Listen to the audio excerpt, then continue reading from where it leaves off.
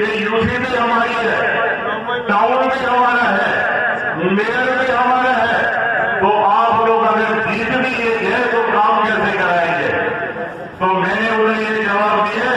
कि हम यहाँ शोर शोभन करने नहीं आए, हम हुकूमत